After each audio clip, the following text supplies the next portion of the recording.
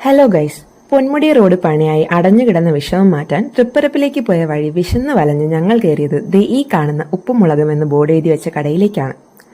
കയറുമ്പോൾ അത്രയ്ക്ക് എസ്തറ്റിക്സ് തോന്നിയിട്ടല്ല കയറിയതെങ്കിലും ഇറങ്ങിയപ്പോൾ മനസ്സും വയറും നിറഞ്ഞിട്ടാണ് ഞങ്ങൾ അവിടെ നിന്ന് ഇറങ്ങിയത്. നെട്ടയിലെത്തുന്നതിന് മുൻപ് ആനപ്പാറ എന്ന സ്ഥലത്താണ് ജയ ചേച്ചിയും അനിയത്തി ദീപ ചേച്ചിയും കൂടി നടത്തുന്ന ഈ കുഞ്ഞു കട. ഒരേ സമയം 12 പേർക്ക് ഇരിക്കാൻ പറ്റുന്ന ഈ കടയുടെ ഏറ്റവും വലിയ പ്രത്യേകത എന്ന് പറയുന്നത് വിറകടുപ്പിലുണ്ടാക്കിയ അവരുടെ സാധനങ്ങളാണ്. രാവിലത്തെ ബ്രേക്ക്ഫാസ്റ്റ് ഐറ്റംസ് മുതൽ വൈകിട്ട് ചായയും ചായക്കടിയും വരെ ഇവിടെയുണ്ട്. ഞങ്ങൾ അവിടുന്ന് വാങ്ങിയത് നമ്മുടെ ക്ലാസിക് ഐറ്റംസ് ആയ പൊറോട്ടയും പിന്നെ ബീഫ് ചാപ്സും പിന്നെ ഊണുമാണ്. എനിക്കെപ്പോഴും തോന്നിയിട്ടുണ്ട് വിറകടുപ്പിൽ ഉണ്ടാക്കുന്ന ബീഫിന് വേറെ ലെവൽ രുചിയാണെന്ന്.